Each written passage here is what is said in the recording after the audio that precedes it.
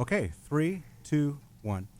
Welcome to the Texas Values Report. This is Jonathan Sines, president of Texas Values. Great to be with you on a Saturday afternoon in the great state of Texas. Hope you're enjoying your weekend, maybe watching some football, maybe, I don't know, catching up on some reading. Who knows? I'm just trying to remember where I was last weekend because I was not in the studio. We'll talk about that later. An exciting trip of the White House. I was at the White House twice last week on Thursday. That was a lot of fun. And then went and paid a visit to my U.S. Senators, your U.S. Senators, John Cornyn and Ted Cruz. I'll talk more about that in the second segment. A lot's been happening over the past month. You know, October's a busy month, I'm sure, for families too. A lot of activities going on in the work that I do, a lot of events ramping up to elections, debrief on what happened during the legislative session. We're in the middle of a major court case. Our organization is. I'll touch a little bit on that in the second segment. Football season is in full swing in my personal life. I may tell you a little bit more about that. I'll try not to get into Longhorn Aggie football too much, but it's probably going to be hard to resist because of our guest on the show today is my good friend Heather Gardner, who is the executive director, the leader of Central Texas Coalition for Life. They do tremendous pro-life work throughout the Central Texas area. I'm sure she does work in other parts of the state when she can, as needed. But she's been a good friend for many years, and she's running a great program that's, I don't even know all the details of it because there's so much of it. I'm going to let her lay that out. But the 40 Days for Life effort, we're right in the middle of that and actually, I guess, getting towards the end of it. And so I wanted Heather to come in and talk about it because this is a local effort as much as it is a national, if not a worldwide effort at this point. But it is a tremendous opportunity for people at the local level, at the community level, at the personal level to engage and make a difference in their own life, in their prayer life, but in the lives of other women. Heather, welcome to the Texas Values Report. I'm really glad to be here. Thank you, Jonathan. And I'm glad to have you in studio. It sounds so nice, doesn't it, behind the microphone? Absolutely. Well, tell us a little bit about, some of our listeners may have never heard of 40 Days for Life. So tell us a little bit about some of that background, the beginning, and then give us an update on how things are going now. Sure. The coolest thing about 40 Days for Life is that it started here in Texas. It is an international movement now. And basically, it started in 2004, meant to be a one-time vigil. The leaders at the local Coalition for Life in Bryan College Station were wanting to figure out how could they get more people to come and pray and face the injustice and speak out against the injustice of abortion happening in their very own community.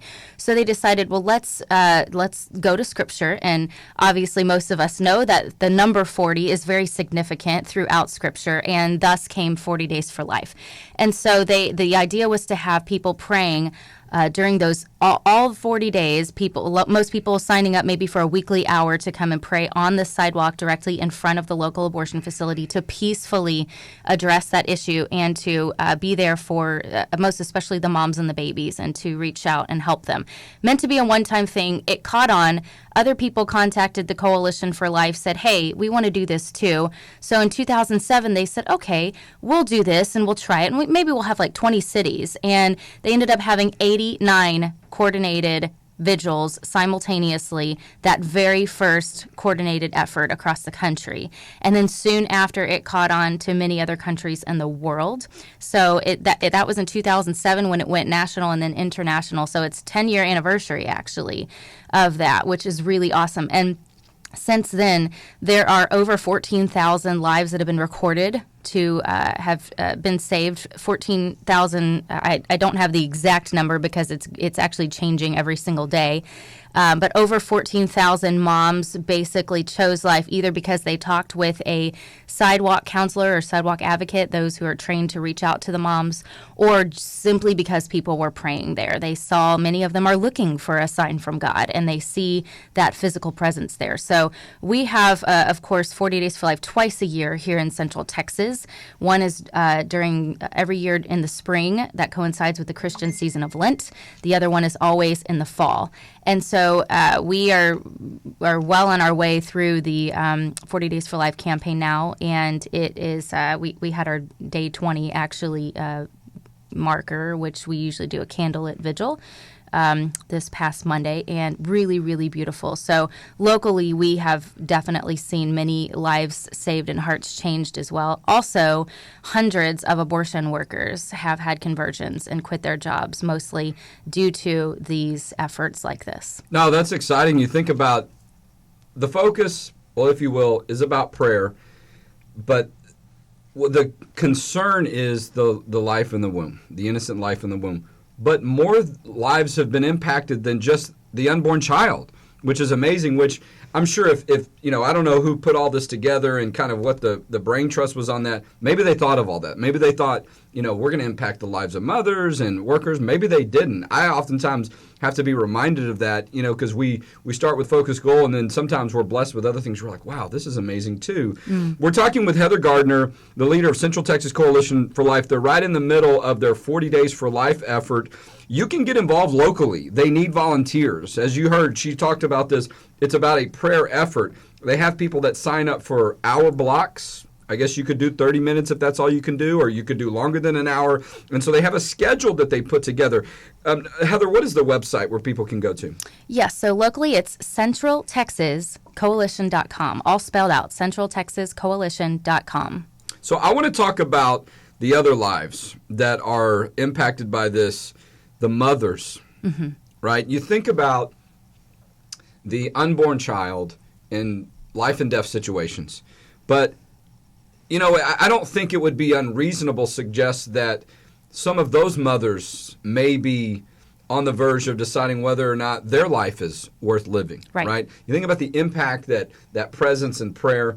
And, I have had the honor to be out there over the years from time to time. One time I remember particularly several years ago, Eduardo Verástegui came, who is the actor from the pro-life movie Bella. He's done a lot of things since then to support the pro-life movement, but he just happened to be in town.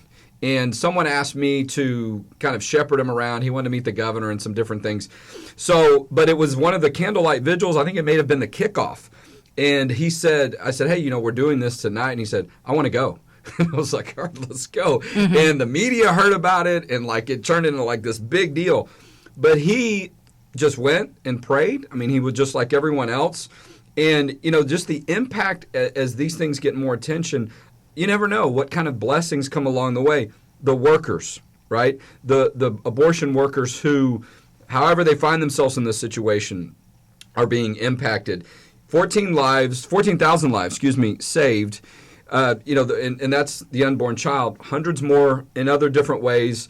And so, the prayer, and I have to remind myself of this a lot, the power of prayer. There's so many aspects to the pro-life movement. I'm usually in the legislative and sometimes the legal side of it. The prayer side is daily, if not what you're doing, hourly. Talk to me about the volunteers and some responses you get from them, their experience. Yeah, it's most volunteers have some sort of fear thinking about their first time to go. I know I did. I hesitated actually for a long time with when I was getting invitations as a college student to go and pray, and I finally stepped out of my comfort zone. That's what it's about. It is about stepping out of your comfort zone. And I've had people say, "Oh, that's not something for me because that wouldn't be comfortable," and I'd say, "Exactly." It's not supposed to be comfortable. Look at the reality of what we're doing. We are standing in front of a place that is taking lives and harming lives. So, of course, it's not going to be comfortable. Christ doesn't call us to be comfortable. He calls us to be out of our comfort zone. And so that's one thing that we have to keep in mind. And it is a sacrifice. Some people we get a little bit too caught up with, maybe that'll fit in my schedule. I'm not really sure. And it's like we really try to encourage people to make that sacrifice. It's not necessarily a convenient thing. And so many volunteers will really understand just the depth of it and the importance of it and the power of prayer once they've gone out there. They sense, many of them report sensing the spiritual battle, just sensing the tension.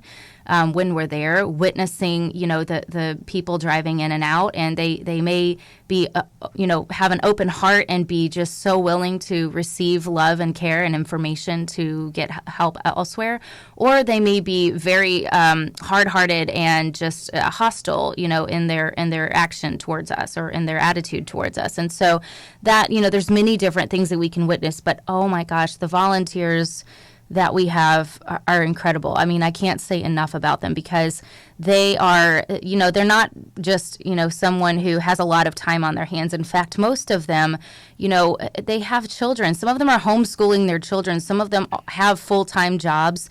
Some of them both. They're doing, full-time work and they've got family life or they've got school. We've got some students involved that are very busy with their school schedules.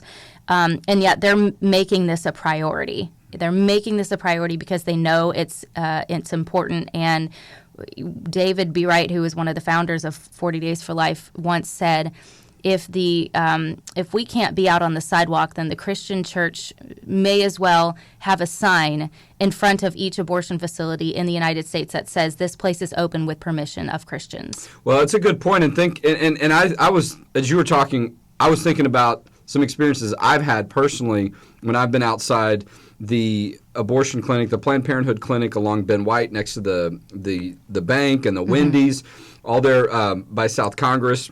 South Congress, South First, I forget.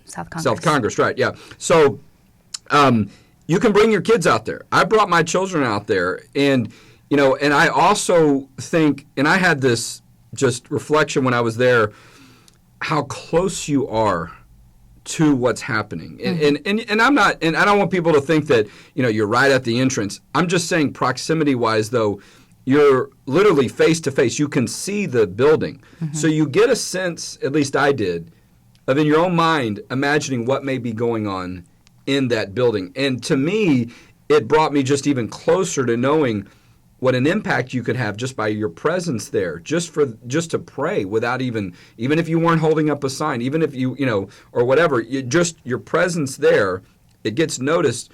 But you're able, with the sidewalk and the location, and they've done certain things, right, to put up higher walls and all this kind of stuff over the years, but you can still see it. It's there. And so you're able to confront that and know, you know what, your presence, you're that close, and then prayer and spiritually, you can get even closer. And so keep that in mind. If you have a family and you want to bring them out there, it's not uncommon to see children out there. We're talking with Heather Gardner, leader of Central Texas Coalition for Life. We're talking about the 40 Days for Life effort. So I was remembering last year, was it last year that Sean Carney brought the tour bus? That was a lot of fun, just to get some enthusiasm and to kind of be there with like-minded people and to have this bus, this international effort that grew out of Texas. That's got to be something that's encouraging to see. While it's important to have impact locally, that wow, how it's grown. And I think it's something that when people come together like that, it can just multiply. Absolutely, yeah. And we've seen so many, going back to bringing families out there, a lot of people ask that question. And I always say it's at the discretion of the parents. Sometimes parents have children that just simply, they're at a stage that they can't sit still. And so for their safety, maybe that's not, leave them and find a babysitter. But otherwise, families being out there is so incredibly powerful. I can't even tell you. And I want you to keep in mind, for those of you who are not familiar with this type of ministry, this type of work, this is not something where, like I said, we're facing a building that's doing awful things. We're not coming out there with a tragic, I guess what I'm trying to say is we are bringing the light and the hope of Christ to a place that so needs it. And when we are there smiling and just praying for these, we have the joy to be able to pray for them and to hope that the Lord will work through us and to work on their hearts. It's so powerful. And some people say, I really don't know that has an impact. Let me tell you, there are so many abortion workers fleeing the industry now because of more peaceful, prayerful efforts like this. Abby Johnson, who is a former Planned Parenthood director, when she left, she had attended a Planned Parenthood, a national abortion seminar before she left the industry that had a workshop in it that was meant to address the issue of the quote-unquote anti-choice protesters. In this workshop, from the horse's mouth, they said, when people are peacefully out there, not aggressive or anything, but when people are actually peacefully witnessing, the no-show rate for abortion appointments rises as high as 75%. Now, we don't always know about that. They don't always come and tell us that they changed their minds. So but a no-show rate rising to 75% is incredible. And I've had the pleasure and the honor of knowing so many of these workers that have come out of the industry and hearing their stories, and every one of them will say the same thing. It's the peaceful people that were lovingly reaching out that really touched my heart and made me leave, and also touched a lot of people's hearts in the clinics. That's a good reflection. Good for people to think about, and also for people to feel comfortable that they're, nothing else is going to be expected of them. If they come and donate an hour and half an hour, their presence and their peaceful prayer is enough. You don't have to go out there expecting that there's something else you're supposed to do and be dramatic in any way. Just being there and praying silently. Yes. Oftentimes, Nicole, Heather, before and I almost said Nicole, when I was standing in front of you, I'm thinking Blonde, about we all look the same. No. Both of y'all have great presence.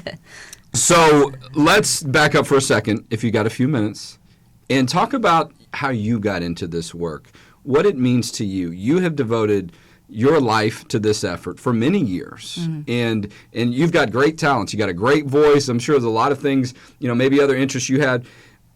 Talk to us about when you started, why it means something to you, and what it's all about for Heather Gardner. Yeah, so my upbringing was I was brought up in a very devout Christian home, and from an early age, I remember my grandmother talking to me about abortion. Not anything in any details, but she had a bumper sticker that said, "Abortion stops a beating heart." I can remember that from my earliest memories of her.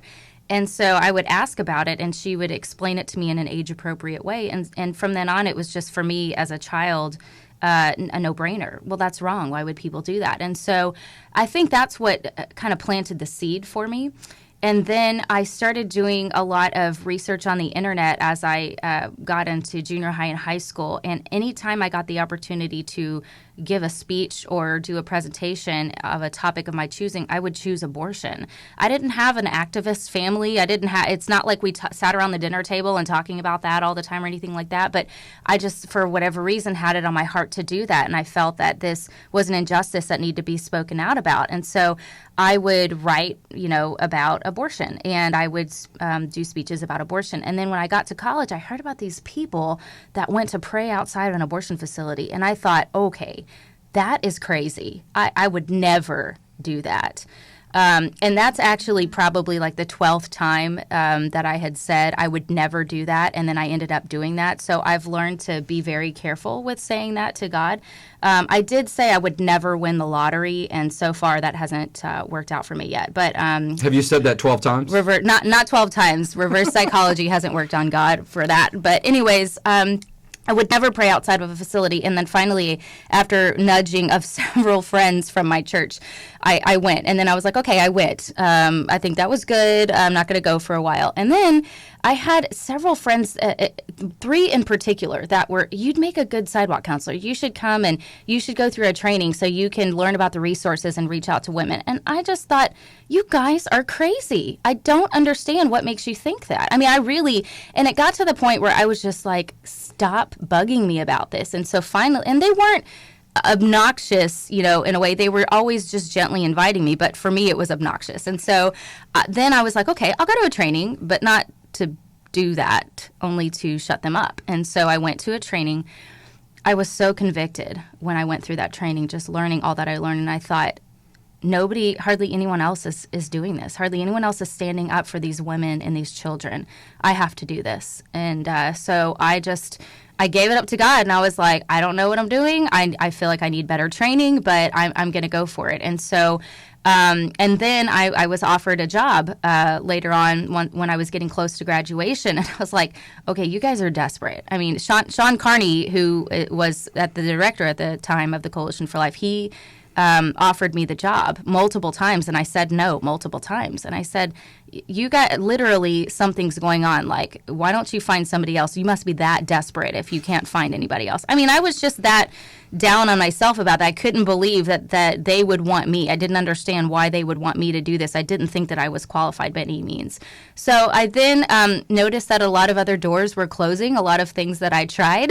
And so I was like, okay, God, maybe I'll do this. So I think in a way he pulled me in kicking and screaming, and I'm so grateful that he did. He knows what he's dealing with. So I'd never had a long-term plan of doing this. I thought, well, this will just be my first job. And again, the more and more I got involved, the more convicted I was, and the more I realized, no, I don't have every qualification that I probably need, but I do have the Lord. And if I keep on educating myself and trusting that He's going to use me and answer His call, then what else could I say? What else can I do? And so that was 8 years ago that I got involved full time. So I've been doing this for 8 years now. We're talking with Heather Gardner, leader, director, executive. What is your executive director? Executive director, president, director, whatever. Yes, the head, Central Texas Coalition for Life. So, it's interesting. When you were saying that, I was thinking of the word fine, right? Fine, I'll do this. And could you have picked a better place, right? Austin, a tougher market. Yeah. And it's interesting how that happens sometimes, right? And then, but, you kind of realize the opposite side of that is the impact that you could have in a market like that, or if you will, of Central Texas, where you'd be expected not to, or some people would, to just kind of leave it alone. I know I find myself in that position. Oftentimes, my office is like 2 blocks from the Capitol. There aren't a lot of people around that area that particularly share our values, but it almost sometimes reminds you that's why it's important to be there. But it doesn't come without its challenges. And so, pray for Heather and her team as she is praying for the pro-life issue, for the baby in the womb. Pray for her and her team. The work that she does, it's very emotional. It is life and death. Mm-hmm. And so while it's something that I'm sure you're very passionate and you care about, you're also an individual, you're a human being, but you have decided to be courageous and do this.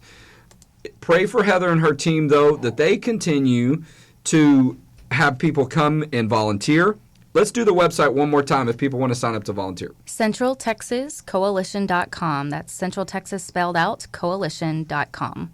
Yeah, the weather's a little bit nicer, right? It's not as warm, right? Might be a little bit easier to be out there. 40 Days for Life ends, if you will, on what date? On Sunday, November 5th. So we have many opportunities from now until then, and even afterwards as well. Several weeks, and we didn't even talk about Longhorn Aggie football. Whoop! There you go. Whose record's better? Texas is, what are we, 3-3? I don't know what y'all are. I don't keep up with that. Anyway. I hear about the Aggies, and that's about all I keep up with, if that. Good. Heather, it's been a joy and delightful to have you on the Texas Values Report. We'll look forward to having you again. Thank you so much for having me. God bless. Well, that's good stuff. It's great to have someone in studio. Heather lives here in the area, as you heard us mention. And oftentimes we have people call in. If you got to listen to the show last week, Franklin Graham called in. He called in. I wasn't even in the studio. I was in D.C. in a hotel room. We had a media room set up at the Value Voter Summit in Washington, D.C. that Family Research Council was a part of. But the media room was kind of noisy. So I went up to my hotel room, and they wanted a landline, and I'm like, oh, yeah, there are still phones in hotel rooms. Who uses these anymore? But we had a great interview with Franklin Graham. If you didn't hear that, you can check that out. But I had a really nice visit at the White House. Twice we were over there. And then also we went over to Congress. We don't do a lot of work up in D.C. That's just not how we're built. That's not our intention.